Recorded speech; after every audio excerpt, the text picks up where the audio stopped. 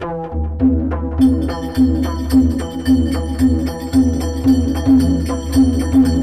Raja Babu R K. Vishnu गुरु के तरफ से देवी बाई के भजन प्रस्तुत करने जा रहे हैं। अगर अच्छा लगेगा तो लाइक सब्सक्राइब जरूर कीजिएगा। आइए ध्यान से सुनिए माई का भजन। क्या बात है।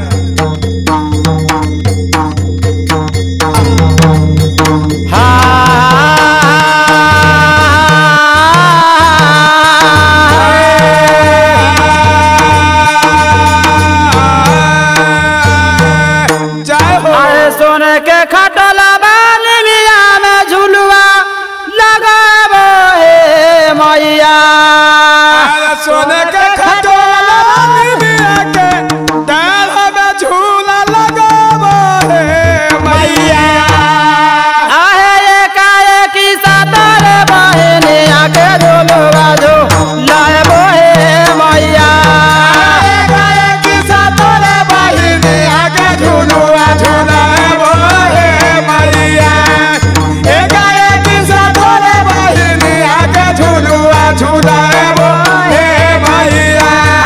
सोने के खटोला बाली मिया में झुलुआ लगाबो हे मैया। सोने के खटोला मिया के झूला में झूला लगाबो हे मैया। सोने के थार में दुनिया में झुलुआ लगाबो हे मैया। सोने के खटोला मिया के झूला में झूला झूलाबो हे मैया। अरे फेरा फेरी सातरे बहनी आके झुलुआ जो लाबो हे मैया।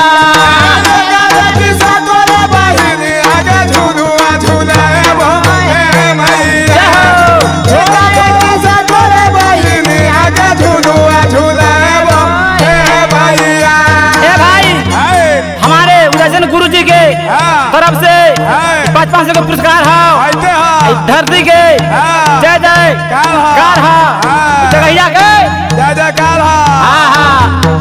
सोने के थाले छपाना रंगा बादल अब घरे माई तने भोगावा लगावा। सोने के थाले छपाना भोजन अब घरे माई तने भोगावा लगावा।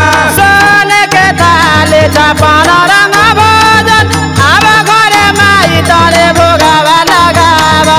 सोने के थाले छपाना भोजन घरे घरे माई तने भोगावा लगावा। सोने के खटोला बाली मिया में झुलुआ लगाबो हे मैया। सोने के खटोला मिया के डाल में झूला लगाबो हे मैया। अरे फेरा फेरी सातरे बहनी आके झुलुआ जो लाबो हे मैया। थोड़ा थोड़ा सातरे बहनी आके झुलुआ झूलाबो हे मैया।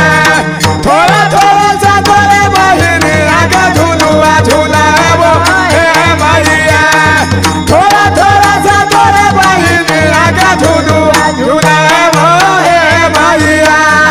सोने चुराए गंगा जल पानी अब घरे माई हम चरण पखारे।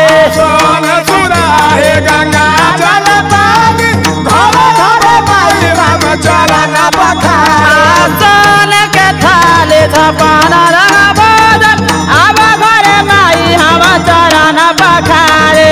सोने चुराए गंगा जल पानी घरे घरे माई हम चरण पखारे।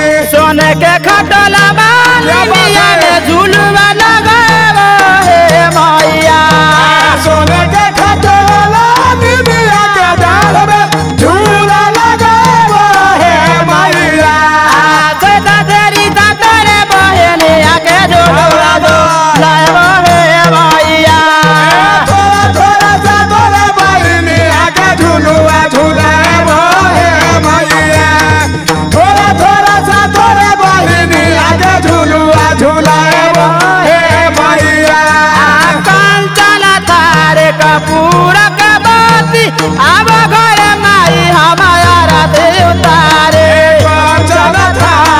पोरा के